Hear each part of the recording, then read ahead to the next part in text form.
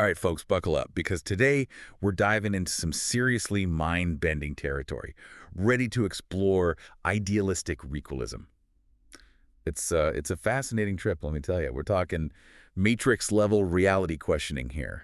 We've got some wild source material to dig into, like this whole immortal brain concept and the idea that truth is, well, maybe not so absolute after all. Oh, and we've even got something called an eternal ocean of nested dreams to wrap our heads around. Plus, you know those popular ideas like the holographic universe and simulation theory? Yeah, we're going to see how those connect to idealistic requalism too. But before we get ahead of ourselves, could you maybe lay some groundwork for us? What exactly is idealistic requalism? Well, one of the things that makes idealistic requalism so fascinating is that it views the mind like a fluid, dreamlike space. It's suggesting that everything we perceive is constantly in motion, shifting and changing, kind of like how things morph and blend in a dream. Okay, mind is a dream. That's a pretty heady concept. But what does that actually mean for how we understand reality? Help me out here. Well, it basically proposes that there's this deep interconnectedness between our own individual consciousness and the collective thoughts of, well, everyone. Yeah. It's almost like we're all part of one giant shared dream where we're both influencing and being influenced by each other's thoughts and perceptions. Okay, I'm starting to see where this is going, and it's definitely making me rethink things. Now, one concept that really jumped out at me from the materials we've got is this immortal brain idea. It sounds like something straight out of a science fiction movie. So break it down for us. What is the immortal brain all about? So the immortal brain is this really powerful illustration that helps us understand the value of limitations and maybe even ignorance. Picture a huge, massive brain, and it's splitting itself into all these smaller fragments. Each piece then goes on to inhabit different bodies and vessels, like across the entire multiverse. Hold on, so are you saying that we're all just tiny pieces of this giant cosmic brain, Yeah. experiencing life through these different lenses? That's the intriguing part. See, idealistic requalism suggests that without limitations, life would just be, well, instant fulfillment. And if that happened, there'd be no need for further existence, right? No need to keep going. So it's actually through our limitations and the process of overcoming them that we learn and adapt and contribute to this collective understanding of the universe. It makes you think, what's the point of striving for anything if we already have all the answers? Where's the growth in that? Exactly. The immortal brain illustration is kind of pushing us to embrace that process of learning and adapting, because it's through those limitations, those challenges, that we really experience growth and contribute to, well, to the evolving consciousness of the universe. That's deep, man. Really deep. But, alongside this idea of a connected immortal brain, the materials also talk about something called a nameless one. It seems to be a completely different concept. So how do these two ideas work together? They seem kind of opposite. You've hit on a key point there. The nameless one, which is depicted as this empty body, represents pure entropy. It's a stark reminder that, well, everything is in a constant state of change. Ultimately, everything disintegrates and transforms. In a way, it acts as this counterpoint to the immortal brain, reminding us that nothing lasts forever, everything is impermanent. So while the immortal brain emphasizes connection and collective knowledge, a nameless one brings in the element of change, impermanence, and, well, the unknown. It really makes you think, how do we find meaning in a universe where everything is constantly changing? What happens to our individual identities in the face of, universal entropy? Those are definitely some of the big questions idealistic requalism encourages us to contemplate. Okay, I'm ready to contemplate. Hit me with another big question. Now, idealistic requalism seems to really dig into the concept of truth. So in this framework, what even is truth? Is it some objective, universal thing, or is it something else entirely? Well, that's where things get really interesting. Idealistic requalism actually challenges the idea of a single absolute truth. It argues that truth is, it's relative. It's shaped by our individual experiences, our biases, and our perceptions. So instead of searching for one capital T truth, we've got this whole tapestry of perspectives. Yeah. Each one is influenced by, personal experiences. It almost seems to imply that everyone could be right, even when their ideas completely contradict each other. In a way, yes. Idealistic requalism calls this error interference. It's like our personal biases and interpretations act as a filter on how we see the world. They color our understanding of truth. Error interference, huh? That feels super relevant to our lives, especially today when we're bombarded with information and everyone's got a different viewpoint. How can understanding this concept help us navigate the complexities of truth and perspective, in our daily lives? That's a great question. I think that by recognizing that our own understanding of truth is influenced by our personal experiences, we can start to approach different perspectives with more empathy and understanding. We might even start to question our own assumptions, be more open to seeing things from other points of view, even if they're different from our own.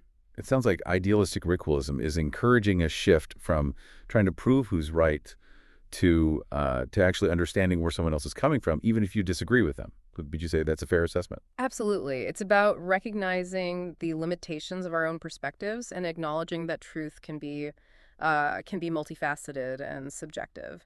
This idea of truth being subjective and shaped by individual experience brings us to another intriguing concept from the materials, requal.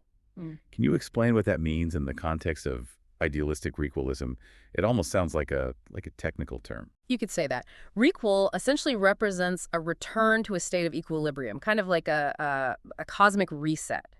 It acknowledges the cyclical nature of existence and the possibility of starting anew, shedding those old perceptions and biases. Okay, so if truth is shaped by individual experience and requal is this cosmic reset button, does that mean we're constantly rebuilding our understanding of truth? That's a great way to put it. It's this continuous process of learning, unlearning, and adapting to new information and experiences. This whole requal concept is really making me think of another central metaphor in idealistic requalism. Mm. The world is Play-Doh. What's the significance of that metaphor? The world as Play-Doh metaphor highlights the malleability of reality. It suggests that reality isn't this fixed, unyielding thing. Instead, it's something that we can actually shape and mold through our choices and actions. That's a pretty powerful idea. It's like we're not just passive observers in this reality, but active participants shaping the world around us. But if reality is as malleable as Play-Doh, does that mean anything goes? Are there any ethical considerations within this framework? That's an important question. Idealistic requalism definitely emphasizes the importance of aligning our actions with our values. You see, because truth is relative and shaped by individual perspectives, ethical decision-making becomes a matter of understanding how our values influence our choices, how they affect this interconnected web of existence. So it's not about following some set of universal rules, but rather acting in a way that aligns with our personal values and recognizing that ripple effect our actions have on the world around us. Precisely. It encourages us to act with intention and awareness, understanding that even though seemingly small choices can contribute to the ongoing shaping of reality.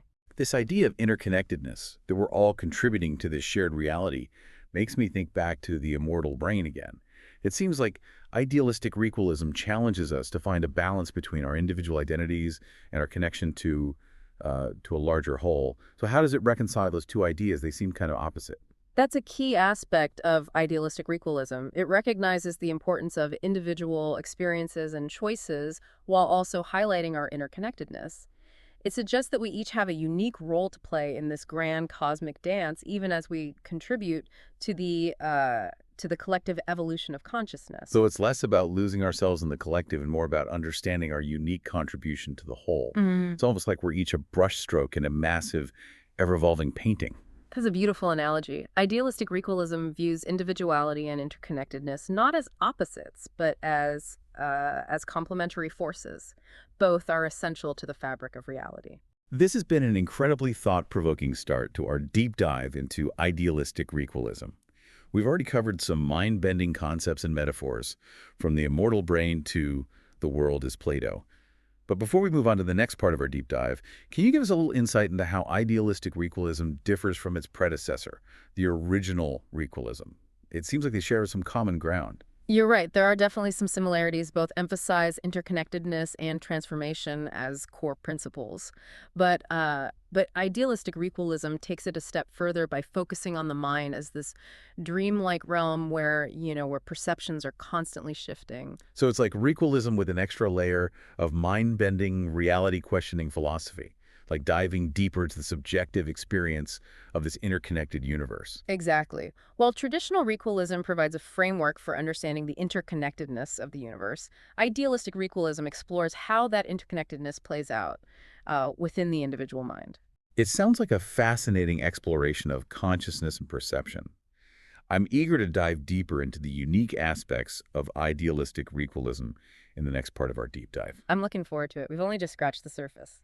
All right, welcome back to our deep dive into idealistic requalism. So far, we've been exploring some pretty mind-bending concepts like the immortal brain and that whole world as Play-Doh thing. Yeah, all right. But before we get, totally lost in the weeds, I'm curious about something. What are the key differences between idealistic requalism and the original version of requalism? They seem to have some overlap, but also some pretty big differences. You're right. There are definitely some shared principles. Both emphasize interconnectedness and transformation. Those are like fundamental aspects of existence in both. But idealistic requalism, it kind of takes those concepts and applies them specifically to the mind. It's like it views the mind as this fluid and dynamic landscape, and it explores how our individual perceptions, well, they both shape and are e-shaped by this interconnected universe. So it's like idealistic requalism zooms in on the individual experience within that broader framework of requalism. Exactly. Think of it like exploring the subjective experience of reality, within a universe that's constantly changing and in motion. Okay, I think I'm starting to get it. Uh-huh. Now, in doing our research for this, we came across some interesting terms. Terms like Insumption and Torship. They almost sound like, I don't know, like names for bands or something. Could you maybe shed some light on what those terms actually mean? They definitely have a certain ring to them. Right. In the context of idealistic requalism, Insumption refers to a deep dive into a particular subject. It's all about intense focus and exploration and really absorbing knowledge. It encourages a level of engagement that, goes way beyond just scratching the surface. So it's like really immersing yourself in a topic. Yeah. Wrestling with the ideas and exploring them from all angles. Exactly. It's about going beyond passive learning and really engaging with the material, letting it transform your understanding, And what about Torship? That one sounds a bit, intense maybe. Torship describes an extreme reverence for technology, almost to the point of worship. It reflects a concern within idealistic requalism about the potential for technology to become an object of obsession, something that controls us instead of a tool that empowers us and connects us. It definitely makes you think about our own relationship with technology today. Are we using it to connect and create, or are we, becoming dependent on it, maybe even controlled by it? That's a key question that idealistic requalism encourages us to consider. It's not necessarily anti-technology, but it definitely urges us to be mindful of the potential downsides, to use technology consciously and ethically. Another term that really stood out and honestly sent a bit of a chill down my spine was simulation psychosis, or Simchosis as it's sometimes called. It sounds like something you'd hear in a futuristic dystopian movie or something. What's the idea behind that one?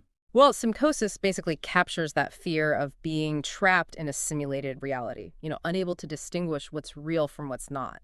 It's that fear of losing touch with authentic experience and just becoming lost in a fabricated world. Given how much idealistic requalism plays with the nature of reality and perception, it makes sense that fear would kind of creep in, right? It's like Right. that unsettling feeling you get when you can't quite tell if you're awake or dreaming. Exactly. And that fear, it's kind of amplified in a world where technology is, constantly blurring the lines between the physical and the digital. Right. And speaking of technology and its impact on how we see reality, one of the sources we've been digging into talks about Perricode and Cirrogram. Perricode is like flipped or rearranged code, and then Cirrogram is a vapor-based hologram. Those terms definitely paint a very futuristic picture of the world, as envisioned by idealistic requalism. You're right. There's a definite futuristic element to idealistic requalism, but it's not so much about, predicting specific technological advancements. It's more about exploring the potential impact of technology, how it affects our understanding of reality and the human experience. So less about gadgets and gizmos and more about the philosophical implications of technology and its role in shaping how we see the world. Exactly. Idealistic requalism invites us to think critically about how technology might influence our thoughts and our behaviors. Even our understanding of what it means to be human. It's a challenge to use technology in ways that enhance our lives and connect us to each other rather than letting it control or isolate us. Now, amidst all these interesting and sometimes confusing terms, one concept that seems to keep coming up is Requal, that cosmic reset idea. How does that concept fit into idealistic requalism's view of the future? Requal is really central to idealistic requalism. It emphasizes the cyclical nature of existence. It suggests that even though the future might seem, uncertain, it's ultimately part of a larger pattern that repeats, a continuous cycle of creation, destruction, and renewal. So it's not about predicting specific events or, outcomes, but more about understanding that the future unfolds within this cyclical framework. It's almost like a cosmic dance, Hmm. with those periods of expansion and contraction, creation and destruction. That's a beautiful way to put it. Idealistic requalism encourages us to embrace the cyclical nature of time, to see the future not as a straight line, but as part of this grand, interconnected dance of existence. I like that, a cosmic dance. And this cyclical view of time, it ties in nicely with another aspect of idealistic requalism that I found really intriguing. And that's its perspective on paradoxes, Mhm. traditional paradoxes like the idea of an omnipotent being or, the existence of free will. Those are often seen as problems to be solved. But how does idealistic requalism approach these seemingly impossible, contradictions? Well, instead of trying to resolve paradoxes, idealistic requalism actually embraces them. It sees them not as logical fallacies, but as reflections of the inherent complexity of the universe.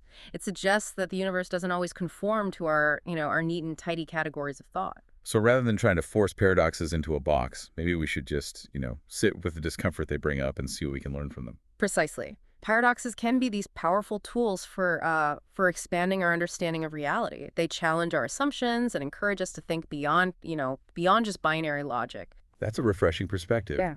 It reminds us that the universe is full of mystery and wonder, and sometimes the most profound truths lie in embracing the things we can't fully grasp. Exactly. It's about acknowledging the limitations of our own understanding, recognizing that there are some things that might always remain beyond our comprehension. Now, throughout our deep dive into idealistic requalism, we've been circling around this idea of interconnectedness, that notion that everything is linked. But how does that concept of interconnectedness work with the notion of individual identity? If we're all part of this vast web of existence, does individual choice even matter? That's where that concept of individual development within the immortal brain becomes so important. Idealistic requalism acknowledges the importance of those individual experiences or individual choices, but it also highlights our connection to something larger. It suggests that each of us has a unique role to play, like in this cosmic dance, even as we contribute to the collective evolution of consciousness. So it's not about sacrificing our individuality for the sake of the collective, but rather recognizing that both are essential parts of existence. Exactly. It's a delicate balance, but idealistic requalism suggests that embracing both our individuality and in our interconnectedness, that can lead to a richer and more meaningful experience of reality. And that brings us back to the metaphor of the world as Plato. If our individual choices are shaping this malleable reality, does idealistic requalism offer any guidance on how to navigate this process ethically? How do we make sure we're shaping reality in a way that benefits both ourselves and the collective? Idealistic requalism encourages us to act with intention, to be aware that our choices have these ripple effects that go way beyond just ourselves. It emphasizes the importance of aligning our actions with our values and really considering the impact our choices have on this interconnected web of existence. So it's about understanding that we're not just shaping our own reality, but we're contributing to a shared reality, and we have to act accordingly. It's like a call for personal responsibility within that framework of collective consciousness. Precisely. It's about recognizing that our choices matter, and we have a role to play in shaping a reality that's both fulfilling for us and beneficial to the larger whole. This has been a really fascinating exploration of idealistic requalism. We've covered a lot, those mind-bending concepts to all that unique terminology. But there's one last area I'd like to touch on before we wrap up this part of our deep dive, and that's the relationship between idealistic requalism and, well, concepts like the holographic universe and simulation theory. These ideas, they seem to align really well with the framework of idealistic requalism, especially that emphasis on the mind as this fluid and powerful force. Yeah, you're right. There's definitely a synergy there. The holographic principle, which suggests that reality might just be a projection from a lower dimensional surface, kind of like a hologram, that aligns well with idealistic Requalism's view of the mind as a projector of reality. And then you've got simulation theory, which proposes that we might be living in a sophisticated computer simulation, which resonates with the idea that our perceived reality might not be as solid and objective as we assume. So idealistic requalism provides this philosophical framework for exploring these mind-boggling concepts with a sense of, I don't know, a sense of wonder and possibility instead of just, dismissing them as science fiction. Exactly. It encourages us to question our assumptions about the nature of reality and to consider other perspectives, even the ones that might seem outlandish or even a little unsettling. It's a reminder that we still have so much to learn about the universe and our place in it. There's a sense of mystery and intrigue, that permeates idealistic requalism. It invites us to keep exploring, keep questioning, keep expanding our understanding of what's possible. Absolutely. It's about embracing the unknown and recognizing that the journey of discovery is just as important as the destination. Well, I think we've given our listeners a lot to think about in this segment of our deep dive. We've explored those key differences between idealistic requalism and traditional requalism, unpacked some of that unique terminology, and even touched on its relationship to concepts like the holographic universe and simulation theory. But there's still more to uncover.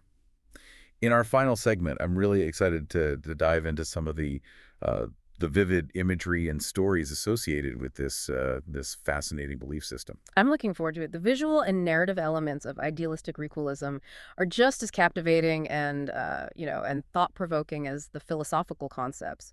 All right, we'll get back to our deep dive.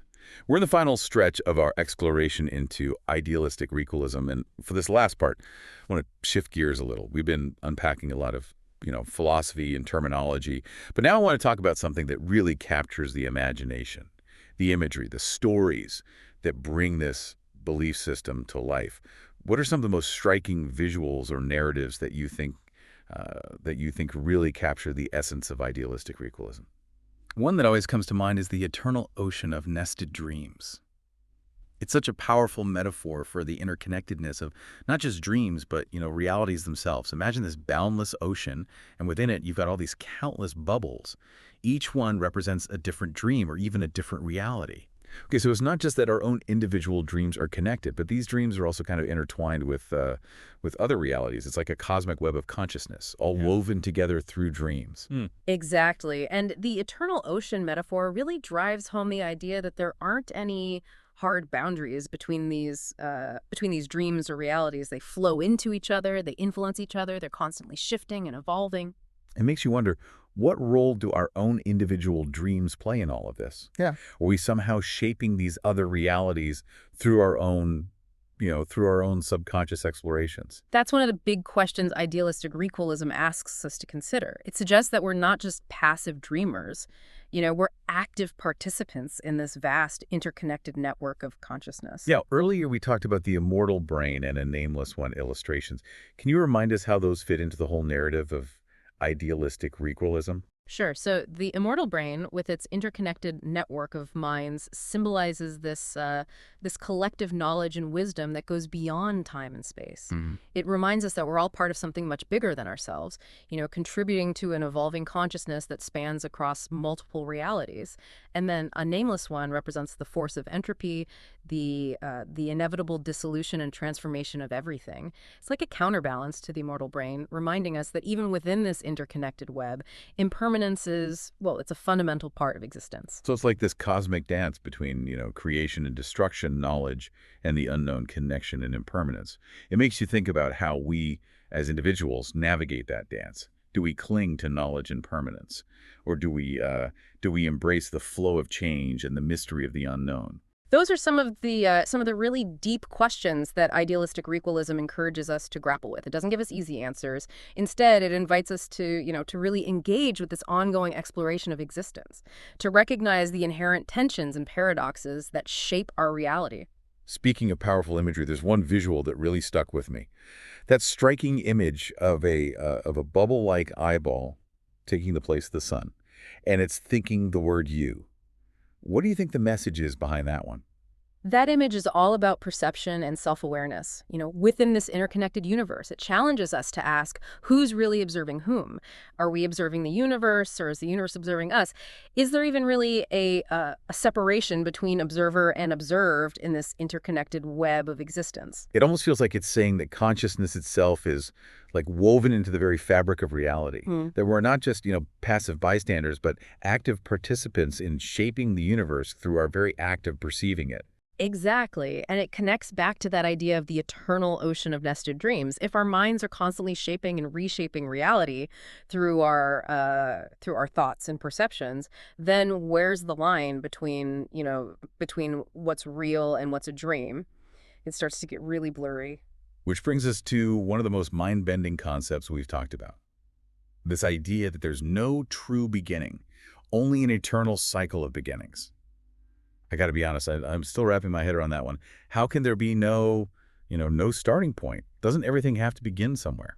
Idealistic Requalism really challenges that linear way we think about time. It suggests that existence isn't a straight line with a beginning and an end, but more like this infinite loop, a cycle of creation, destruction, and renewal. And it always has been, and it always will be. So time is less like a straight line and more like a circle.